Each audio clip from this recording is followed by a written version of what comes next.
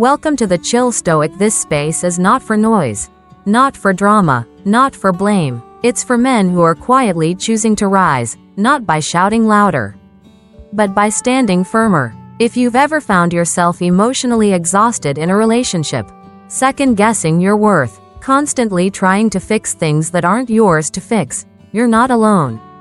And you're not weak. You've just been giving too much to someone who gives too little in return. Today, we're talking about something most men don't: when to walk away.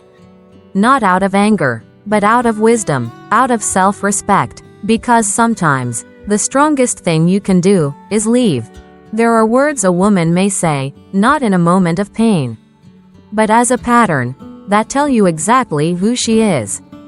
And if you're listening clearly, they'll tell you when it's time to step away, before you lose yourself trying to keep something alive that was never meant to nurture you. This isn't about hating women. It's not about playing victim. It's about being awake, emotionally grounded, and living with standards, not desperation. So let's begin with the first sign. And trust me, it's subtle, but it's loud if you've been paying attention. Part 1. It's always about her. You could be bleeding inside. You could be silently carrying the weight of 1,000 things you never say out loud. But somehow, the conversation always loops back to her.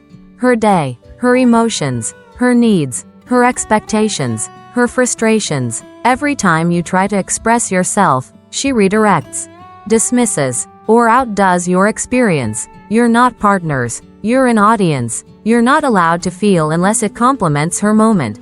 At first, it seems like maybe she just needs extra attention. Maybe she's had a tough past. Maybe if you're just a little more patient, she'll start noticing how much you're carrying too. But weeks pass, months pass, and you slowly start to disappear in your own relationship. You become someone who listens endlessly but is rarely heard. Someone who gives emotionally but rarely receives anything back except more demands. And here's what the Stoic in you needs to understand. Self-sacrifice does not equal love. A relationship should be a place where both people are seen, held, and challenged to grow, not a one-way highway into someone else's emotional world. When it's always about her, and never about us, you're not building a connection, you're babysitting her validation system. And no amount of giving will ever make her pause to ask, "How are you, really?" Marcus Aurelius once wrote, "If it is not right, do not do it. If it is not true, do not say it." But I'll add this: if it is not mutual, do not stay in it. Because the moment you start justifying emotional neglect with, "She just needs more time," you've already started betraying your own emotional clarity. You're not here to be her therapist. You're not here to orbit someone's ego. You're here to build something real, and that requires reciprocity. So take a step back. Ask yourself, in this relationship, do I feel heard? Do I feel held? Or am I just a background character in her emotional movie? If the answer feels like a quiet ache in your chest, you already know. Part 2. I'm currently unavailable. It sounds polite, doesn't it? I'm just not ready for something serious. I'm healing right now. I need to work on myself. On the surface, these phrases seem respectful, even self-aware.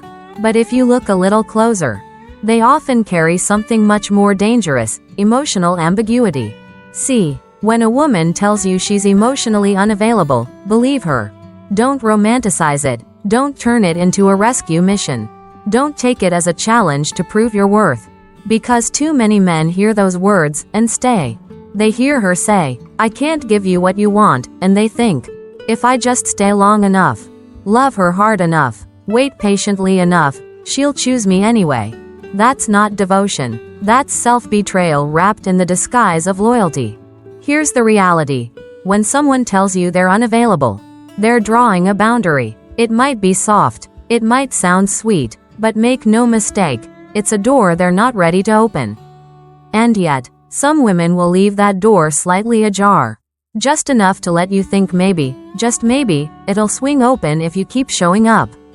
So you invest, you listen, you support her through her struggles. You offer emotional safety. You do everything but receive. And that's how you get trapped in a one-sided situation that feels like potential, but is really just stagnation. The Stoics teach us to see things as they are, not as we hope they'll become. Epictetus said, "It is impossible for a man to learn what he thinks he already knows." And if you're convinced that her distance is just temporary, that her inconsistency is just her process, you'll blind yourself to the truth. She's not showing up for you. She's showing you her limits. And you're choosing to ignore them because it feels better to cling to hope than to face the pain of walking away. But here's the thing, your time is sacred. Your energy is finite, and the longer you stay in something that's not meeting you, the more you teach yourself that love must come with waiting, with compromise, with one-sided devotion. That's not stoicism, that's self-depletion. And when you live that way long enough, you lose your own voice. You stop asking for what you need. You become the man who stays silent, smiling through slow heartbreaks, afraid that speaking up might make her disappear, not realizing she was never fully there to begin with. A woman who is emotionally mature, who values partnership, won't leave you guessing. She won't breadcrumb you through maybes. She won't use her wounds as a shield to avoid intimacy while taking the best parts of your loyalty. She'll either choose to meet you in truth, or she won't. And if she won't, your job is not to wait. Your job is to walk. Not because you stopped caring, but because you started caring enough about yourself. So ask yourself, are you holding space, or are you being held hostage? Is she unavailable because she's healing, or because she's hiding from connection she doesn't actually want? Are you showing up for something real, or for a version of her you've invented in your head? When a woman says, "I'm not available," the most stoic response isn't, "Let me wait," it's, "Thank you for your honesty. I know what I deserve." Part 3. That reminds me of my ex. Few things in a relationship cut deeper than being compared to someone from the past. At first, it might sound casual, almost harmless. My ex used to do that too. That's exactly what he used to say. Wow, you just reminded me of him. But don't let the softness of those words fool you. Behind every comparison like that, there's a crack forming, a fracture in the present, a warning that you're no longer being seen for who you are, but through the lens of who someone else was. It doesn't matter how kind you are, how grounded, how different your intentions might be. If she's still holding on to the echoes of her past, you'll be forced to perform in a role you never signed up for, the replacement. The fixer. The one who has to prove, over and over again, that you're not like him. And that's not love. That's emotional residue disguised as connection. And if you're not careful, you'll start shaping yourself to avoid triggering her memories. You'll start playing small, walking on eggshells, avoiding honest conversations, not because you're in the wrong, but because you're being punished for someone else's mistakes. A woman who constantly references her ex, especially when things get tough, is telling you she hasn't healed. And while that's not something to judge, it is something to pay attention to. Because unhealed people don't just carry pain, they project it. They bring the past into the present. They relive old stories through new people. And if you're in her story, you're not building something together, you're reliving a chapter she never closed. The Stoics would tell you, don't take that personally. It's not about you. It's about her work she hasn't finished. But that doesn't mean you have to become collateral damage in the process. You're not responsible for healing someone's past. You're responsible for protecting your present, for guarding your peace, for refusing to be a placeholder while someone processes pain that predates you. And here's the hard truth. If she's constantly comparing you to her ex, she's not in a relationship with you. She's in a relationship with her memory. And no matter how kind, patient, or understanding you are, you can't win against a ghost. You'll exhaust yourself trying to prove your difference. You'll start turning her triggers into your to-do list. You'll confuse emotional labor with love. But real love doesn't keep score with the past. It creates space for newness. It says, I see you for you, not through the lens of my pain. It acknowledges the past, but doesn't drag it into every conversation. So when a woman tells you, directly or passively, that you remind her of someone who hurt her, don't argue. Don't over-explain. Don't get defensive. Just observe. Because in that moment, she's revealing something very important, not about you, but about where she still is emotionally. And your job is to ask, am I being invited into a partnership, or cast into a shadow I didn't create? If her past keeps walking into your present, it's okay to walk out, not in anger, not in bitterness, but in clarity, because you deserve to be seen for who you are, not who she hasn't let go of. Part 4. It's because of you. At first, it might sound like accountability, a moment of honesty, but it isn't. When a woman says, "It's because of you I acted this way," what she's really saying is, "I'm not responsible for how I behave, you are." That's not communication. That's blame disguised as vulnerability. And make no mistake, this kind of pattern doesn't just create arguments. It erodes your identity. It chips away at your confidence. It leaves you constantly questioning yourself. Was it really my fault? Did I make her yell? Did I push her too far? Maybe if I'd said it differently, she wouldn't have reacted like that. And just like that, you begin to carry emotional weight that was never yours. You start over-explaining yourself. You apologize for things you didn't even do. You silence your own needs to avoid triggering hers. And the worst part? You start believing that her emotional instability is your responsibility to manage. That's not love. That's emotional hostage-taking. And the Stoic in you needs to recognize it for what it is, a power play. Because here's the truth.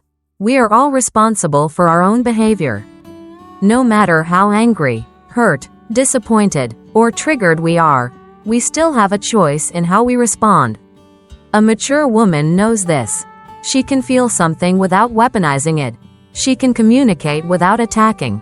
She can be upset without turning it into a courtroom where you're always on trial. But a woman who constantly says, "It's because of you," is avoiding the hard work of self-reflection. And instead, she's outsourcing her emotional regulation to you, expecting you to fix her storms while standing in the rain alone. Epictetus said, "People are disturbed not by things, but by the view they take of them." And if someone's always disturbed, always reacting, always finding a reason to make you the villain, it's not your presence that's the problem. It's their perception. But if you're not grounded, you'll absorb that projection. You'll begin to think you're broken, that your calm is actually cold, that your truth is actually toxic. And once you start questioning your own clarity to keep someone else emotionally comfortable, you've already lost yourself. This red flag often shows up in emotionally manipulative relationships.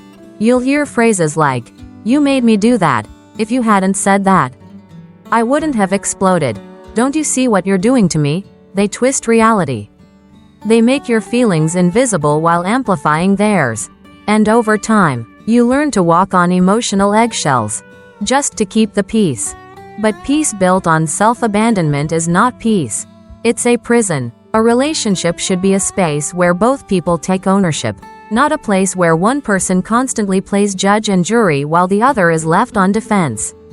And if you've been there, if you've carried blame that wasn't yours, this is your reminder. You're not responsible for someone else's refusal to grow. You're responsible for protecting your emotional boundaries. So when she says, "It's because of you," pause. Don't rush to defend. Don't rush to apologize. Just breathe. Observe. Ask yourself, is this someone who's trying to understand me? Or someone trying to control the narrative? And if the pattern continues, if every emotional storm ends with you being blamed, it might be time to step out. Not because you're perfect, but because you're no longer willing to be the emotional punching bag for someone else's unresolved past. Part 5. Criticizing instead of constructing. There's a difference between feedback and criticism. One builds, the other breaks. One invites growth, the other provokes shame. And sometimes in relationships, criticism doesn't come as yelling or insults. Sometimes it comes quietly, drip by drip, wrapped in sarcasm, hidden behind jokes, laced with a smile that doesn't quite reach the eyes. "Wow, you're wearing that? You really don't know how to handle stress, do you? You're so sensitive, it's kind of pathetic." These comments seem small in the moment. You laugh them off. You play along. You brush it aside because she didn't mean it like that. But over time, those little cuts add up. And suddenly, you find yourself shrinking, doubting your instincts, second-guessing your strengths, apologizing for simply being who you are. And here's the thing. Relationships should challenge you, not erode you. There's a version of love that holds a mirror up to you. Gently, honestly, with care. And then there's the kind that throws that mirror at your feet and tells you to clean up the mess. The Stoics would call this the difference between virtue and vanity. True virtue uplifts. It calls out your potential without attacking your essence. But constant criticism isn't about helping you grow. It's about control. It's about destabilizing your sense of self so you become easier to mold, easier to manage, easier to manipulate. A woman who constantly criticizes, who points out your flaws without offering support, who magnifies your mistakes but minimizes your value, is not trying to help you evolve. She's trying to make herself feel bigger by making you feel smaller.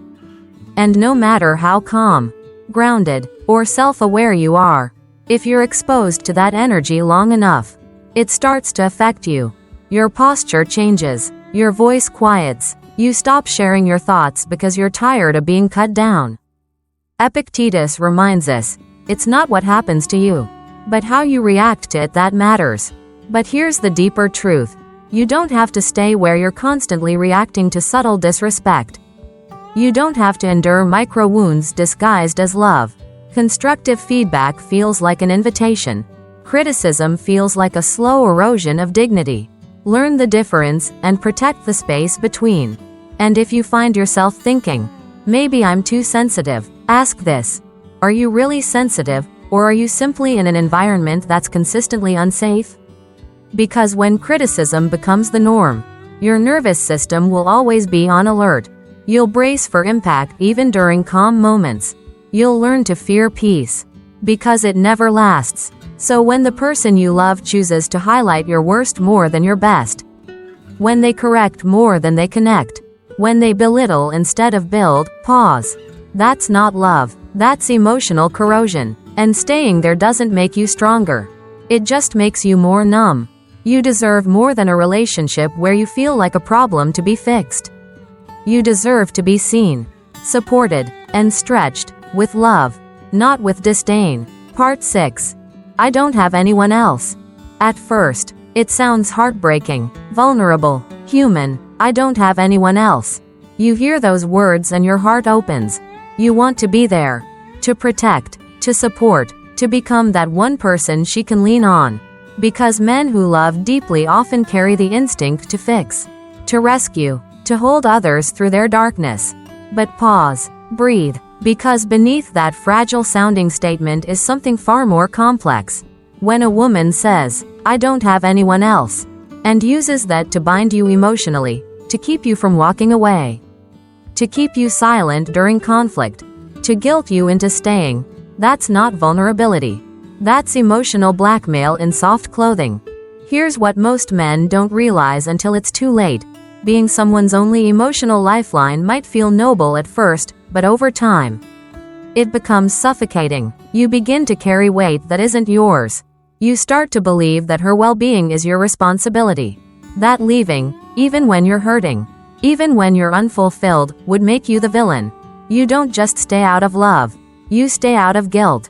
And that, brother, is how you lose yourself, quietly, politely, even kindly. The Stoics taught us that pity is not the same as virtue. That compassion, when not tempered by wisdom, becomes weakness. Marcus Aurelius never said, carry every burden. He said, waste no more time arguing what a good man should be. Be one. And being a good man doesn't mean sacrificing your mental and emotional health to be someone else's crutch. A healthy relationship isn't built on one person propping the other up. It's built on mutual strength, mutual care, mutual growth. When someone says, I don't have anyone else, and really means it, what they need is healing, not a partner. What they need is space to reconnect with themselves, not a surrogate savior. But if you step into that role, if you become the solution to someone else's loneliness, The emotional pressure will quietly consume you. You'll stop expressing your needs because she has it worse. You'll suppress your struggles because she needs you strong. And one day, you'll wake up in a relationship where you feel more like a caregiver than a man who is seen, valued, or chosen for who he truly is. Let's be clear, we all need support sometimes. We all go through seasons of isolation, grief, and vulnerability. But healthy support is not coercive. It's not conditional. It doesn't make you feel trapped. It doesn't weaponize guilt when you try to step back and breathe. And most importantly, it doesn't expect you to be the answer to wounds you didn't cause. So if you're in a dynamic where you constantly feel responsible for her happiness, her stability, her mood, it's time to ask some hard questions. Are you loving her, or rescuing her? Are you building together, or are you simply a landing pad for her loneliness? Does she truly see you, or does she just need someone to not feel so alone? A woman who truly values you will never keep you with guilt. She'll invite you to stay with grace. And she'll do her own inner work. Because she knows that love isn't a solution to emptiness. It's a celebration of two people who already know who they are. So the next time you hear, "I don't have anyone else," listen with your heart, but respond with your spine. Compassion does not mean captivity. And your love should never come at the cost of your peace. Part 7. It wasn't a big deal. Some wounds don't bleed, they echo. And one of the deepest echoes a man can carry is hearing the words, "It wasn't a big deal." After he's finally found the courage to speak up, you express something that hurt. You name a boundary. You admit how something made you feel. And instead of being met with understanding, you're met with dismissal, with minimization, with that quiet, stinging sentence, "You're overreacting. It wasn't even that serious." And in that moment, something inside you contracts. You begin to doubt your own experience. You wonder, was I too sensitive? Did I make this bigger than it was? Maybe I should have just let it go. That's how self-doubt starts. Not in loud betrayals, but in subtle invalidations, the kind that make you shrink. Slowly, silently, one conversation at a time. Let's be very clear here. When someone minimizes your pain, they're not protecting the relationship, they're protecting themselves. They're choosing their comfort over your truth. They're avoiding accountability by making your feelings the problem. And that, my friend, is not emotional maturity, that's emotional manipulation. The Stoics teach us to observe ourselves honestly, but also to honor what is real. Epictetus said, "If someone succeeds in provoking you, realize that your mind is complicit in the provocation. That doesn't mean your feelings aren't valid.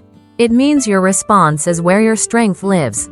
And the most powerful response to someone who keeps telling you, "It wasn't a big deal," is not to argue louder, it's to see clearly. To realize that if you constantly have to explain your pain, you're probably in the wrong place.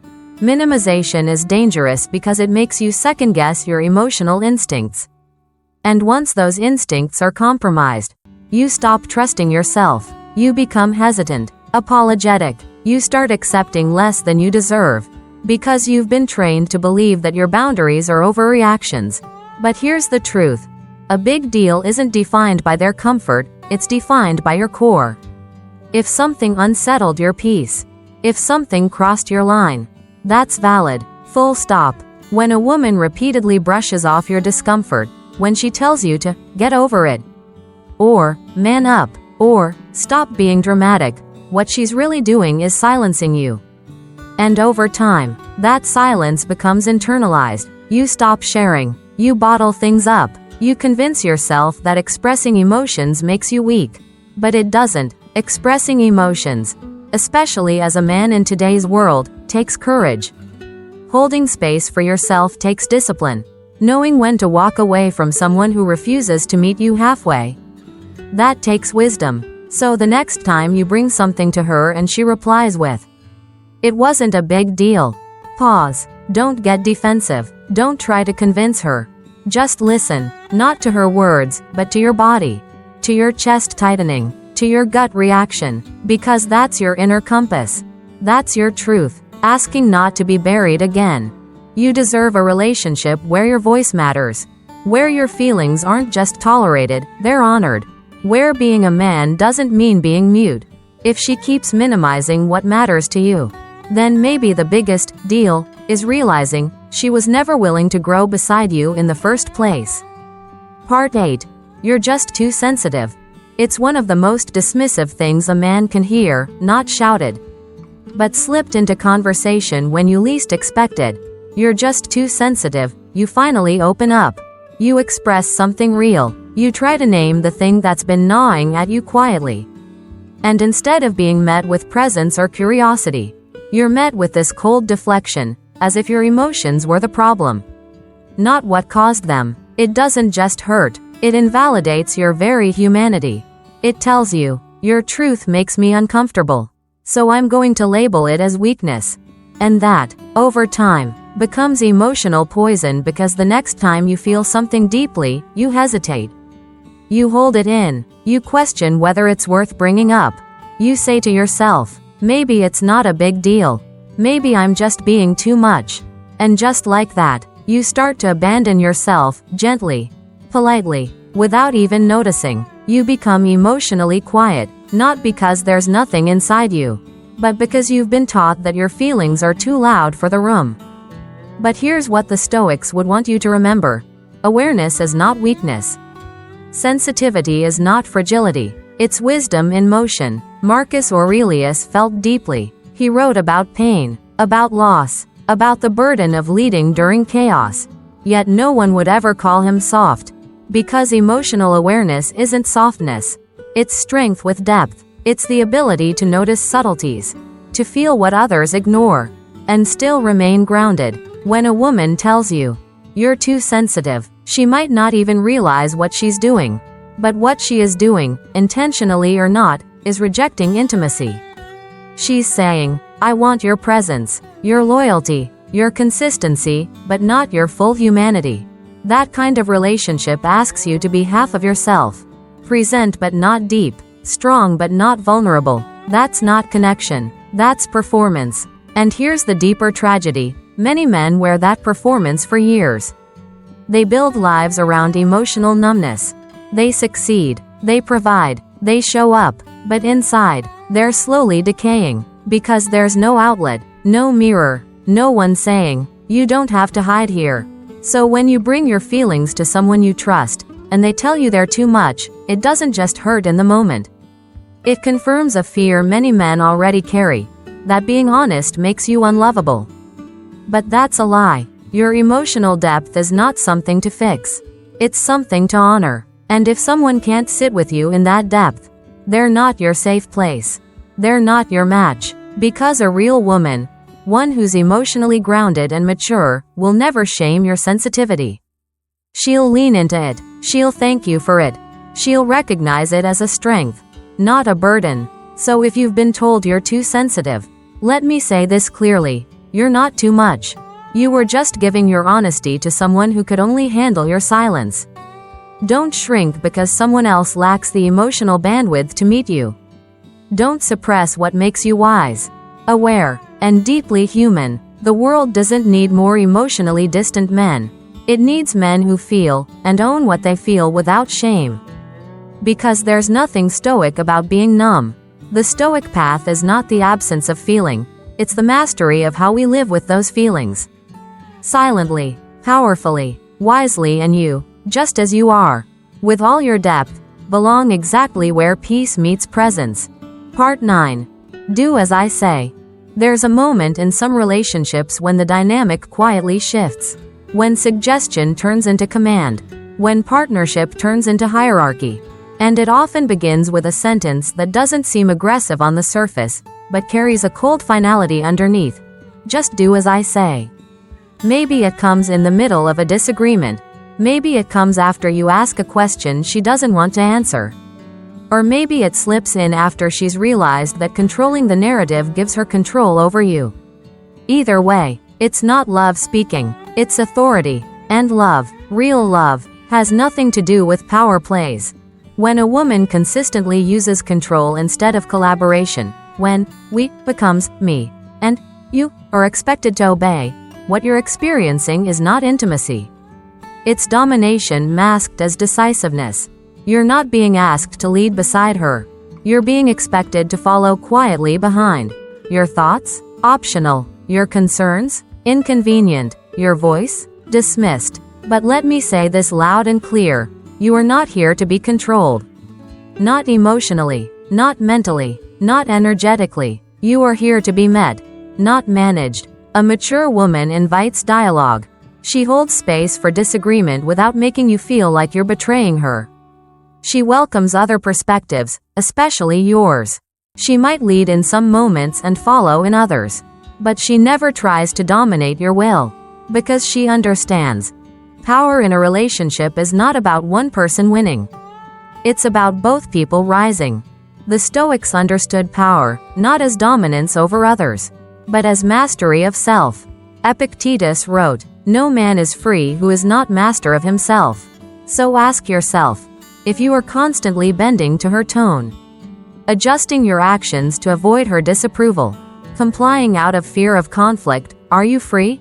Or are you being silently molded into something that keeps the peace but destroys your dignity? It starts small. You give in on the little things. You let her talk over you, just to keep things smooth. You let her decide everything, because it's easier that way. You stop asserting yourself, because every time I speak, it turns into a fight. And slowly, you begin to vanish. You become agreeable instead of authentic. Peaceful on the outside, bitter on the inside. Control in a relationship is not always loud. Sometimes it's wrapped in charm, in intelligence, in confidence. But control by any name is still a violation of mutuality. And if the woman you're with believes that love means obeying her rules without room for your reality, that's not love. That's ownership. You are not a soldier in someone else's emotional army. You are a sovereign man. With a mind, with a voice, with values. And any relationship that asks you to trade your backbone for proximity is too expensive. So if you find yourself constantly complying, not from agreement, but from fear, it's time to pause.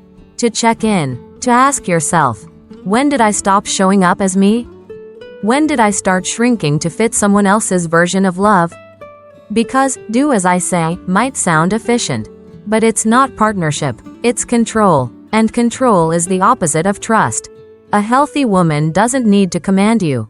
She inspires you. She doesn't silence your strength, she welcomes it. She doesn't want obedience, she wants connection. And if that's not what you're being offered, you already know what to do. Part 10. You are cheating.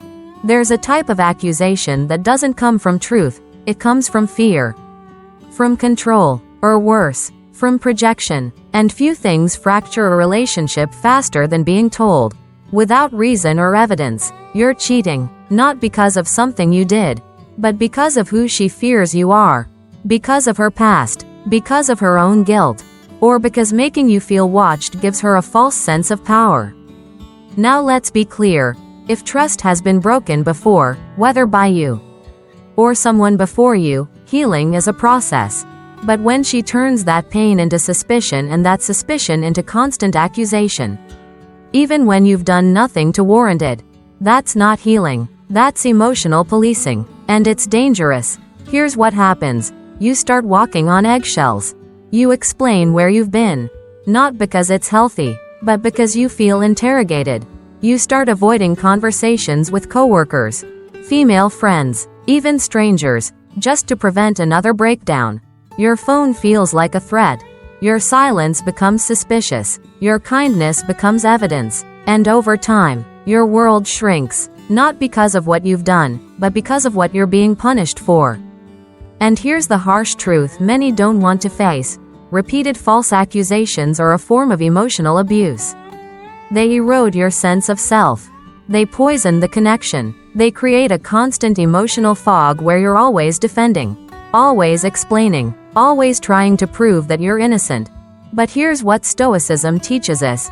You are responsible for your integrity, not someone else's insecurity. Marcus Aurelius wrote, "The best revenge is not to be like your enemy." Which means, just because someone doubts you, doesn't mean you must become smaller to be seen as trustworthy. If you are living in truth, stand in that truth. You do not owe constant validation to someone who refuses to believe you. You do not owe your mental health to someone else's lack of healing. Often, the person accusing you the loudest is the one projecting. They carry shame they haven't faced, guilt they haven't named, or wounds they haven't healed. But instead of owning it, they offload it onto you. And if you're not careful, you'll carry that weight like it's yours.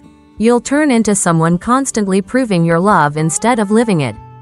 A relationship built on mistrust will always demand more than it gives. It will ask you to sacrifice your peace in exchange for proximity. It will treat transparency like a test, not a gift, and eventually, it will drain your spirit, not because you're guilty, but because you're tired. So when a woman throws accusations at you, with no basis, no pattern, no grounding, don't rush to defend. Pause, observe, ask, is this love? Or is this control dressed as concern? Is this protection or projection? You deserve to be trusted. You deserve a relationship where you're seen clearly, not suspiciously, where questions are asked with curiosity, not with blame, where past wounds are acknowledged, but not weaponized. And if she can't give you that, if every action is met with suspicion, then your freedom, your peace, your truth is not something you have to earn, it's something you already carry. And you never owe it to someone who refuses to believe in it. So if any of these red flags sounded familiar, don't ignore that whisper inside you. You're not crazy, you're not weak, and you're not asking for too much. You're simply waking up to your own worth, to your own peace, to the realization that love without respect is just a slow form of self-erasure. You were not made to live half alive inside relationships that ask you to silence your truth. You were made to stand firm, with calm, with clarity, with conviction. This isn't about leaving out of anger. It's about walking away with grace. Stoicism isn't about hardening your heart. It's about protecting it wisely, so walk tall, walk steady, and remember, your peace is not up for negotiation. Thank you for being here, for choosing to listen, reflect, and grow. If this episode resonated with you, I invite you to subscribe to the Chill Stoic, share it with someone who might need it, or simply carry the stillness with you as you move through your day. Until next time, keep showing up for yourself, quietly, consistently, without apology. That's what strength really looks like.